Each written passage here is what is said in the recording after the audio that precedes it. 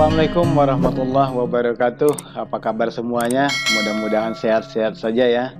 Jumpa lagi dengan saya Pak Herwin Official Channel. Kita lanjutkan materi kita. Masih kelanjutkan materi sebelumnya. Yang materi sebelumnya yaitu tentang kemarin itu adalah halaman login. Nah, cuman logoutnya belum kita buat. Nah, sekaligus kita buat tabel user untuk menampung data-data login tersebut. Nah, halaman login kemarin apabila username dan password benar maka akan masuk ke laporan. Tapi kalau belum berhasil kita langsung ke halaman yang dimaksud, dia akan mengalihkan ke halaman login kembali dengan otomatis dengan menggunakan session kemarin. Nah, kita coba masukkan username dan password yang benar. Kemarin admin password 123456. Oke, sudah masuk. Nah, di sini kan belum ada tombol logout. Jadi kita tambah dulu tombol logout di samping di sinilah, di sebelah kanan atas ya. Sebelah kanan atas. Ya, kita langsung saja menuju kodenya. Langsung menuju ini login, ini laporan. Nah, di data mahasiswa ini enter saja, kemudian ditambahkan ahref. Kemudian kita buat saja nama logoutnya itu adalah logout.php. Nanti halaman logoutnya akan berpindah ke file ini. Kemudian seperti biasa kelasnya masih kita buat button btn warning aja, kita buat btn warning. Kemudian style kita buat sebelah kanan plotnya, plot yaitu right. Oke. Kemudian di sini tutup. Nah, kemudian kita isi teksnya adalah logout dan ditutup /a karena kita menggunakan link dengan ahref maka ditutup dengan /a seperti itu. Oke, kita simpan dan kita lihat hasilnya. Ini di refresh. Nah, ini sudah muncul logout, cuman dia belum ada isi halaman file logout belum kita buat. Oke, saya kira ini sudah manis sekali tampilannya. Kita lanjutkan ke membuat halaman logout. Nanti halaman file logout itu akan berfungsi apabila tombol logout diklik, maka dia akan berpindah halaman ke file logout. Nah, oleh karena itu, karena filenya belum ada, maka kita buat dulu filenya. Silakan Anda buka teks editor kesayangan Anda dan klik. Kalau menggunakan ini code apa namanya, ini namanya Visual Code ya, Visual Studio Code. Oke. VS Code. Nah, ini tambah, kemudian di sini kita buat nama filenya logout.php, enter. Nah, isi file di dalam untuk fungsi logout ini cukup sederhana, cuman berapa baris saja, paling cuman 3 baris. Oke, kita buat saja. Kita mulai dengan tag php, jangan lupa php.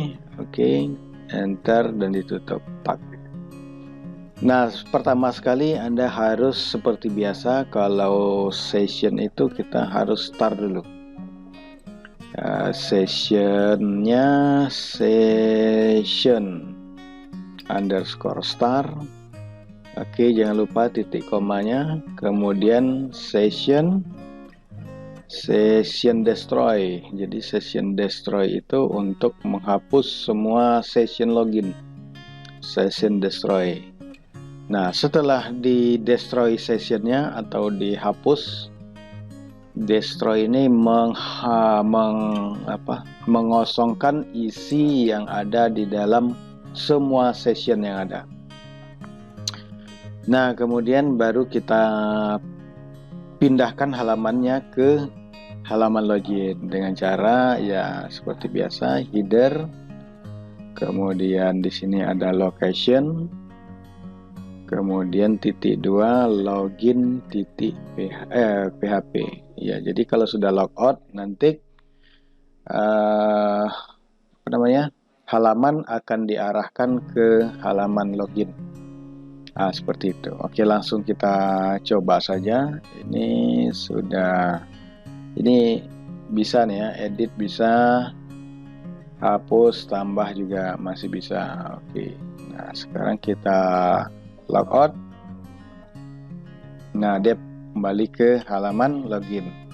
Kalau kita langsung laporan, sudah tidak mau lagi karena sessionnya sudah dihapus. Nah, seperti itu. Nah, sekarang itu adalah langkah paling sederhana di dalam membuat tampilan login. Nah, sekarang bagaimana apabila jadi logika yang kita punya ini cukup sederhana.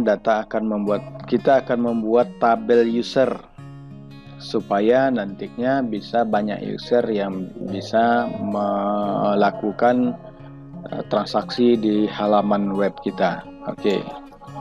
Ini saya buat dulu yang sederhana. Anda buka PHP My Admin. Kemudian ini Anda sesuaikan nanti. Ini PW3 name, pemrograman web. Ini tiga angka terakhir NIM Anda, itu maksudnya. Nah, kemarin kita sudah punya tabel mahasiswa dan sekarang kita akan membuat tabel baru. Berarti membuat tabel baru ya, di sini ada create tabel. Nama tabelnya adalah tabel user. Tabel user, dan kita hanya butuh 3 kolom saja. Oke, go.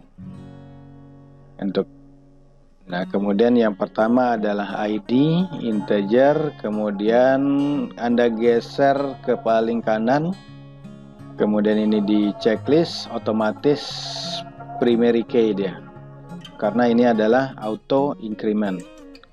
Nah, setelah itu kita buat di sini nama filenya username, ini diganti menjadi varchar, buat saja 255. Kemudian di sini password, kemudian buat varchar. Sebetulnya ini hanya mencoba yang langkah sederhana dulu ya, 100 password. Oke, save.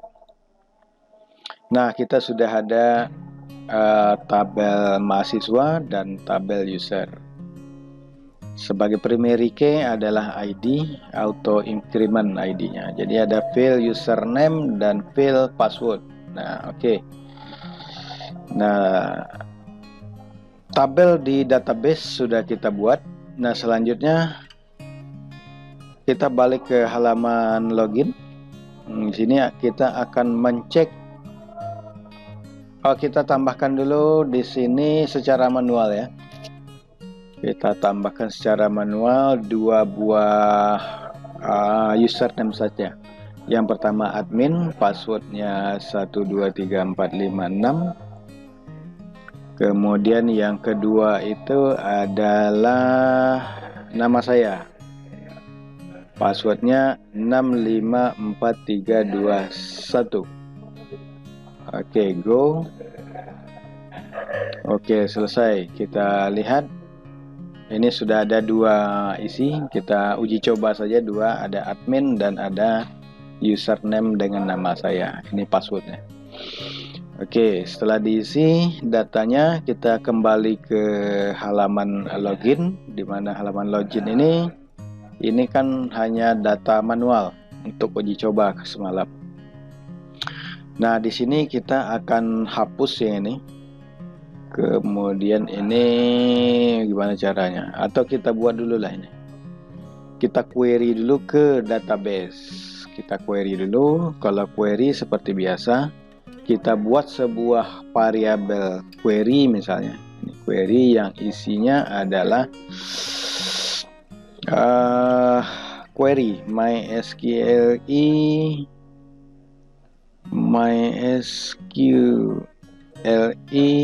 query. Nah, MySQL query. Nah, yang isinya itu adalah select bintang from user. Jadi kita bintang from user. Nah, itu ya.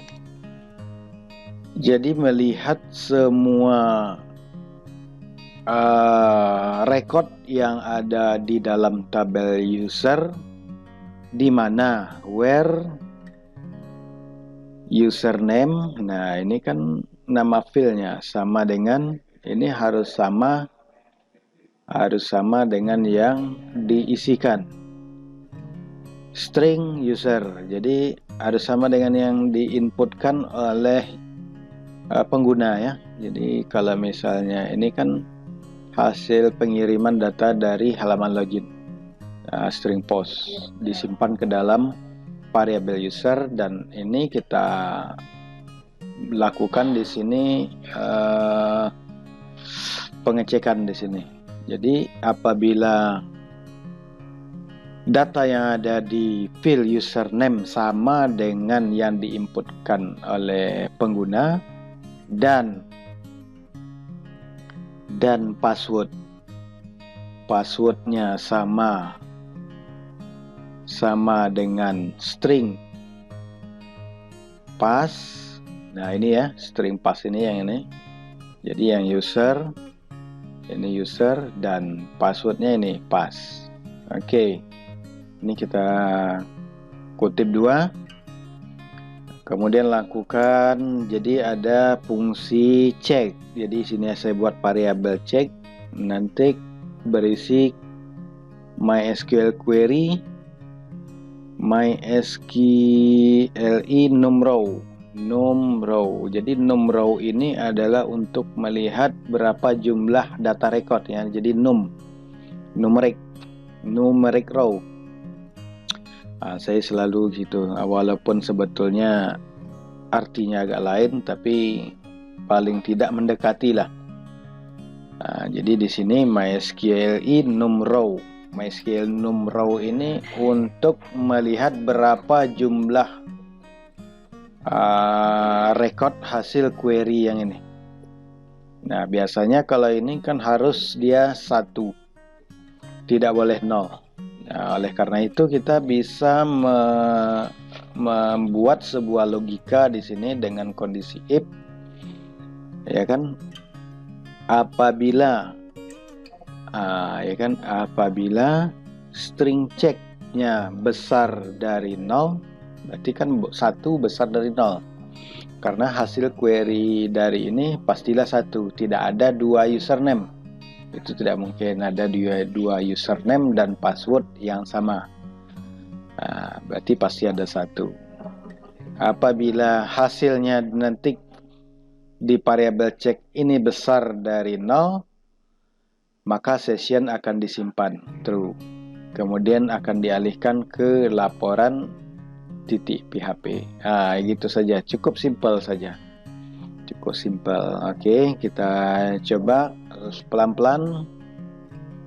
Username-nya admin, password 123456. Oke, mari kita coba. Ini laporan sudah tidak mau. Kita masukkan username admin, password 1, sembarang dulu ya. Mana tahu ada kesalahan. Iya, ternyata MySQL query expert num row lah, password salah. Nah, ini ada warning so keep. Iya, ada kesalahan. Nanti dihilangkan saja menggunakan, di sini ada namanya apa ya? Setelah include error reporting 0. Oke, supaya agak enak dilihat. Nah, kemudian kita tes. Nah, username dan password salah. Kita masukkan username dan password yang benar. Admin 123456. Ternyata salah juga. Nah, itu dia. Berarti di sini. Nah, berarti di sini ada kesalahan. Kita lihat lagi scriptnya. Kita lihat.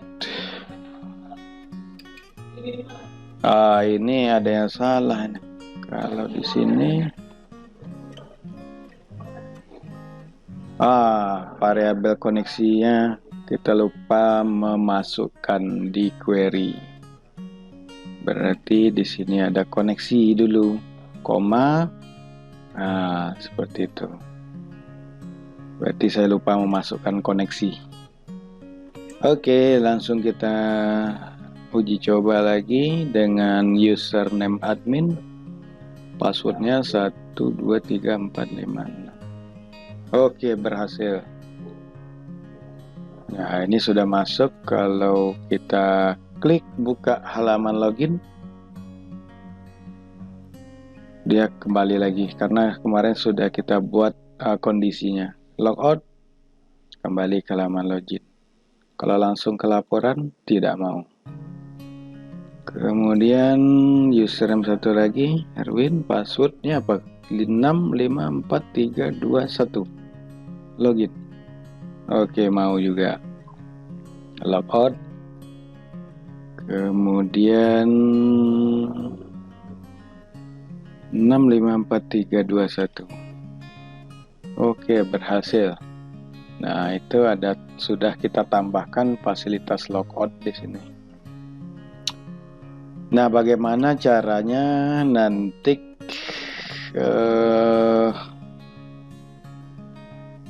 kita membuat sebuah halaman di mana nanti kalau ini kan strukturnya masih sederhana nih, hanya username dan password. Kemudian kalau kita lihat passwordnya, ini hanya plain text. Nah, sebuah sistem tidak boleh menyimpan password yang plain seperti ini. Ini sangat tidak bagus sekali. Oleh karena itu, kita harus membuat mekanisme supaya isinya menggunakan enkripsi ya. Jadi, nah, untuk enkripsi secara sederhana, password ini akan kita encrypt dengan menggunakan perintah di sini boleh langsung saja MD5 buka kurung. Coba kita lihat dulu hasilnya.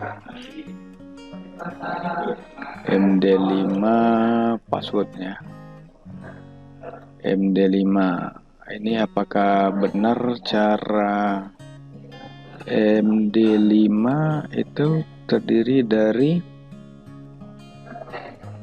ada str raw output. Oke, coba saya tes dulu. Yang ini sampai di sini saya tes dulu. Kita tampilkan dulu echo string pass-nya, string pass. Kemudian di sini return. Apakah dia sudah menampilkan enkripsi atau belum? Oke, kita coba dulu.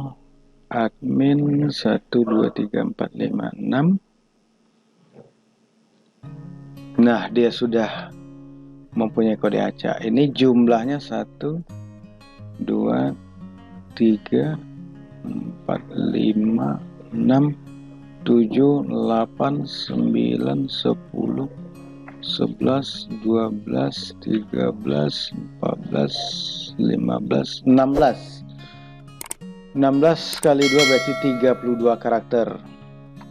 Nah, 32 karakter dan struktur ini bisa kita edit. Kita edit strukturnya. Mana edit? Ceng ya, ceng. Kita akan jadikan ini 32 saja. save. 3. Jadi bagaimana kalau passwordnya lebih daripada 32? Misalnya passwordnya angka 1 sampai 64. Apakah bisa masuk kemari? Ya, silakan dicoba saja. Saya tidak bisa memberikan jawaban. Ya, silakan Anda coba sendiri apakah bisa masuk atau tidak. Itu tugas Anda ya. Baik, ini berarti sudah oke. Nah, string passnya di sini berarti kita akan MD5. Oke, MD5. Oke, sip. Nah, jadi seperti itu. Ini sudah dienkripsi passwordnya. Kemudian nanti yang masuk di sini juga harus MD5. Kita rubah lagi. Kita ceng isinya. Browse ya. Datanya kita edit, misalnya admin. Ini akan passwordnya akan kita ganti dengan MD5. MD5 1234556 go. Oke, hasilnya seperti ini. Ini juga akan kita edit menggunakan MD5 go. Oke, kita lihat. Nah, sekarang passwordnya sudah terenkripsi dan tidak bisa dibaca. Mari kita lakukan percobaannya. Apakah bisa? Admin password 1234556. Ternyata bisa. Nah, ini sudah agak lumayan. Nah, kita sudah menggunakan encrypt pada password 654321. Nah, oke. Berarti passwordnya sudah terenkripsi, tidak bisa dibaca sama sekali karena kode acak. Nah, jadi enkripsi itu bukan hanya MD5, tetapi ada satu lagi namanya adalah SHA-1. Dan kemudian biasanya kalau saya tidak menggunakan yang dua ini, saya buat sendiri algoritma untuk password. Oke, saya kira itu saja materi dari saya. Silakan Anda coba yang tadi. Tugas untuk Anda adalah apabila passwordnya lebih dari 32, buat aja 20, angka 1 sampai 20 coba. Oke, mudah-mudahan bermanfaat. Apabila bermanfaat, jangan lupa tekan subscribe, like, and comment, serta loncengnya diaktifkan. Sampai jumpa lagi pada video berikutnya. Assalamualaikum warahmatullahi wabarakatuh.